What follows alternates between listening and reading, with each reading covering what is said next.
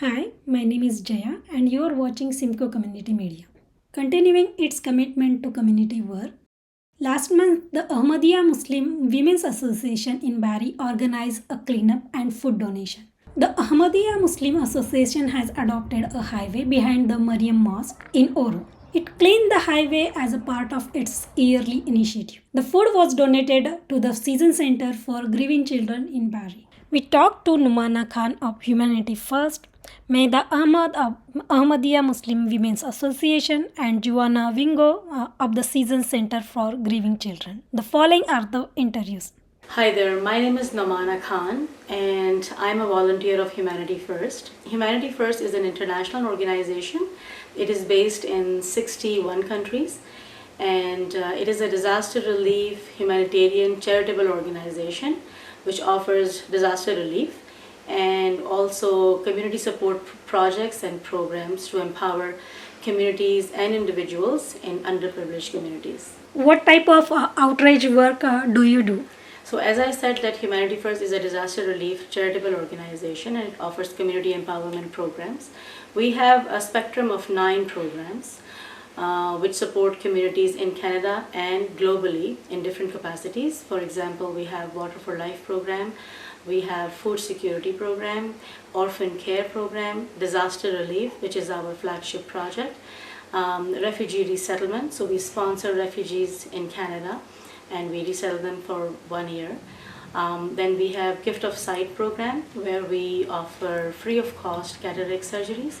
Knowledge for Life program, which is basically for children.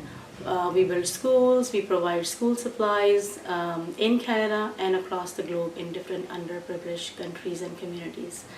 And then we have a community care program. What type of support are you looking for, like food, materials, or volunteer works? So Humanity First is a volunteer-based organization which is always in need of funds and helping hands. So we have a food bank which is located in the city of Vaughan, and that food bank has no barriers, no boundaries. We are serving communities across the GTA, and also we have services in different big cities of Canada. So the services is across the country, and we deliver food to people's home if they cannot reach to any food bank or any food support program. So primarily we need funds and food to continue providing the services to the people in need.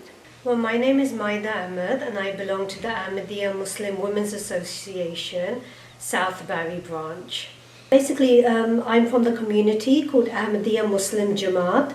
We are Muslims that believe in the Messiah that was foretold to come in the latter days. We believe that he has already come. His name was Hazrat Mirza Ghulam Ahmad. He was born in Qadian, India. So we are members of his community. We are spread all around the world. We are peaceful members of our countries, our communities. We try to be active members of our communities. We believe in the motto, love for all, hatred for none. We believe in community outreach. We believe in learning about others and teaching them about our faith and our teachings as well.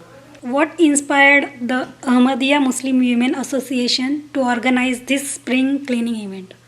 Well, there's a very famous quote by the Prophet Muhammad, peace be upon him, which says, "Cleanliness is half of our faith." So we have been instructed by the Prophet, peace be upon him, himself to keep ourselves and our surroundings clean. And according to those instructions, today we have gathered to clean our local community.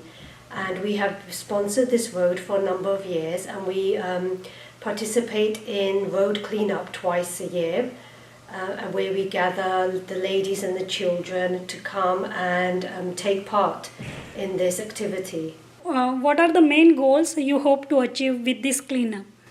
So first and foremost, it's being clean and keeping ourselves and our communities clean. It's a religious obligation to us. So we should always remember that this is part of our faith, to keep our surroundings clean. And we would also like the Canadian public to know that we are very grateful for living in such a beautiful country. We have such wonderful nature and the environment, and we should always try and give back to our community as well. And there's no perfect way than to make sure that our surroundings are clean and safe for humans, for road users, and for animals, and for nature as well. So we would just like to again extend our deepest gratitude for being able to live in this country in peace, and this is one way for us to give back to our community. Has the community shown interest in these types of events? Yes, well, as I mentioned previously, that this is in fact an annual event, and we have a lovely turnout. We have lots of ladies, mothers who come with their children to take part in this event. And we also receive wonderful response from the Canadian public as well. So last year when we took part in the road cleanup, we had most tourists that stopped at the side of the road and thanked us for our work. They also gave us free drinks, and they were very inquisitive about who we were and why we were doing this. And today it's a lovely day, the sun is shining, it will be a hot day. But you know, our women and our children, they turn up, they always have a lot of fun doing this event, and the public is also so appreciative of our efforts. So we have received wonderful feedback from both. So how often does the organization organize events like this? So wherever you find Ahmadi Muslims around the world, we are always participating in cleanup events. Whether that's from our ladies or our men or our children. You know, there are so many events where we participate in to make sure our communities, our homes are clean. Even the road cleanup project, lots of Ahmadi Muslim groups participate in this initiative throughout Canada. So this is definitely one of our main events that we do throughout the year, but it's one of many events that we do to give back to our community. So just before this event, we visited a charity in Barrie, downtown Barrie, that was called the Seasons Centre for Grieving Children, and we had a tour of their facility, and we also did a food drop-off where we dropped off children's snacks, juice boxes, packets of chips and candy for the children that use that charity as well. So we are always engaging in various community initiatives throughout the year. We like to be active members of our local communities and to make sure that our local communities know that we are here to help them in any way that we can. Hi, I'm Joanna Vingo, and I am the Multicultural Engagement Coordinator here at Season Center for Grieving Children in Barrie. And Season Center for Grieving Children has been around for over 20 years, and in this beautiful Century home, we offer no-cost peer support programming for children, youth, teens dealing with the death of a child or primary caregiver. We serve Simcoe County and beyond. Basically anyone who is able to get to us, we can help them. So we have people that are outside of those regions, but mainly within Simcoe County typically is the families that we help. We do also do in-school programming, which includes all across Simcoe County and also beyond in one instance right now.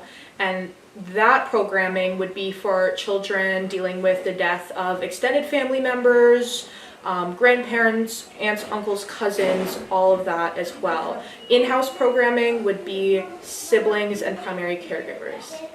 What support you provide them, when they are dealing with a death of a family member? So what kind of support programs that you offer them? Okay, so the supports that we offer for a grieving family and grieving children would be peer-to-peer support. So we collect them with other children dealing with similar situations in their own family, in their similar age bracket, and we guide them through their emotions. We talk about coping skills, and we do that through activities and also games, different things to really engage with these difficult topics, but at at a level that children can engage with well. Every family is different with how they grieve. Every child has a unique way of grieving. So there's not one linear path, and we acknowledge this. So when some children and families have come to us, they're looking for grief support resources. So they're not necessarily looking for in-house programming for whatever reason. They're more so looking for, how can I connect with, how can I learn more about this topic? How can I talk to my own child about this topic? And so we have resources that brings the parent caregiver to those resources. We've had several instances where, a family may need one-on-one support, which we will obviously guide them to someone else. So not only do we have our own internal programs, we also have a lot of resource sharing and a lot of connection with other nonprofits in the area. So there are tendencies where we will do that. Or if someone's contacting us from a great distance, we can also try to do that to the best of our ability to wherever they're living currently. So we get contacted. I remember a specific instance where we were contacted by a very northern community dealing with a lot of loss. And although we couldn't personally come and connect with them, we were able to make those networks for them to be able to grieve in the best way possible. Is there a difference between how different people, from different races, different background, different nationalities, deal with grief, and that's how you help them, address the issue? That's a really good question. So I was hired by Season Center, like you said, to focus on multicultural communities and make sure that we identify any barriers to our programming and make sure that we are culturally aware of how grief can be impacted by the culture you're in. And I would say the answer to that, and from what I've found by connecting, is that, and also doing my own research as well, is that every community, every culture, every religion, every spirituality has a complex relationship with grief, and there can be a lot of overlap, and there can be a lot of connection, even from, we're all humans, we all grieve, right? But there is impacts to the grieving process because of culture, and I think it's something to be aware of and something to not say everyone grieves this specific way, and not even to say that culture is the only factor, but it is definitely a factor that is really important to keep in mind when dealing with this topic. Today just had, people from Muslim community came in with some donations, after the Ramadan. So can you just briefly talk about, about that, association and that interaction? Absolutely. I met the Ahmadiyya Muslim Women's Association back in October of 2023 when I went out to connect with communities at the public library, and I made that connection with Saima, and she and I continued to strengthen that connection. She's invited me to events, and I've continued to learn, because I think that learning is a really big aspect of building relationships with others, is having, not only are they interested in learning about you, but you are also interested in learning about them. And I think that's why we are such a strong bond between Season Center and the Ahmadiyya Muslim Women's Association and the Mariam Mosque in general in Oromadante, is that we're both very keen to connect with one another and learn from one another. And so we've been talking for a lot of months and connecting over a lot of different activities, and it's been wonderful to have them visit Season Center, have a tour, and also we were not even expecting the donations. I found out a little bit before they came, but I was so grateful for that, because my main job is to connect, and the fact that they took the time to donate all of this for us, it really shows the connection and the strength of their kindness. What kind of support, your organization, need or expect from people living in Barrie and Simcoe County in terms of food or material or any volunteer support or any financial support? Season Center definitely is open to donations, whether it be food, chips, chocolates. We love getting those. We feed the kids that come through here all of that stuff on a weekly basis, multiple times a week. So donations like that are really awesome and practical. We also have a volunteer system within our programming for buddies and volunteers within those programs. So we also love to see that becoming a growing factor as well. And when it comes to financial donations, they're always welcome as well. And we are completely on Season Center's end. We are, for the longest time, we've been private donor led, so we don't have any continuous government funding. So the donations and support from the public and other communities are really important aspect of our nonprofit. On the wall, I see pictures of many people who have passed away. So is are those relatives of some kind or friends of people that you have supported so far? Or Yes, so we have photographs lining our family room, and these are photographs of people that have come through the center. So when a family visits our center, they are able to give us a photograph if they want of their person, and we rotate those photos to make sure they're updated every May. So it's actually coming up in a couple weeks where we'll rotate the pictures that the family's no longer with us, and we'll put them in a beautiful book that we have over in the shelves.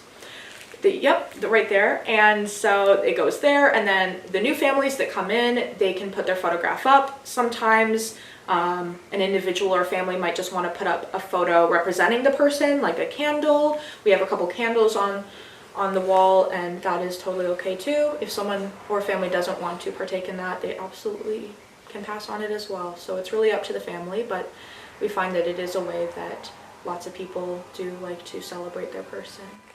and then also on the wall I see a few books. Yes. Will we still be a family is one?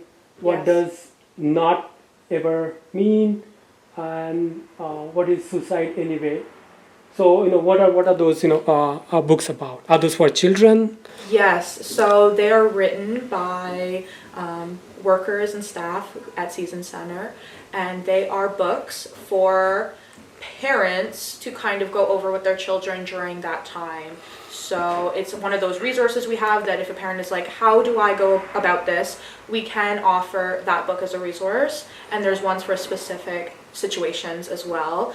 We all know that death and grief is a scary topic, and a lot of the times we don't want to talk about it, and we might not know how to talk about it, especially with our children and loved ones and just our close family members in general. And so what Season Center really likes to do is help guide families through how to talk about it and how to express it to their children. And so those books really go into a bit more depth of how to talk about it.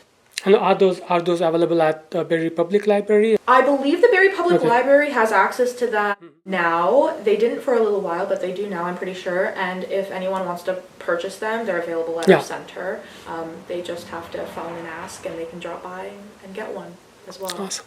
And just last question, because I interview a lot of non-profit and community leaders and frontline workers. So one thing I noticed that how do they themselves cope with the work that they do? Because you work here and other staff work here, and when somebody comes in, a grieving child or grieving family, the staff and the support workers, they also go through that process, right? When they listen to the story, someone died, and they also get emotionally involved. So you as an individual, how do you cope up with the loss of a person who comes through a door, and when you support them? That's such an important key question, and I would love to hear the programming staff's approach, because they are very much always with the children, and I'm outreach, so I engage with those conversations, but the program staff are really in it every week. And I would say for the times that I am interacting with a family or an individual, I would say that, empathy is the biggest thing, and holding space for people in the moment, and acknowledging that this is a really sad situation or this is a really upsetting situation, and I feel all these things, but this situation is not about me, it's for them, and I'm going to hold that space for them so that they may feel safe to share with me.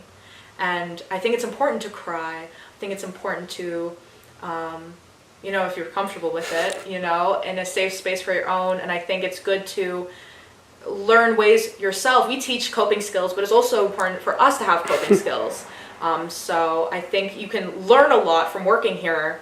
You can take those skills that you teach the kids and bring it back to yourself as well. So I think that would be how I deal with it.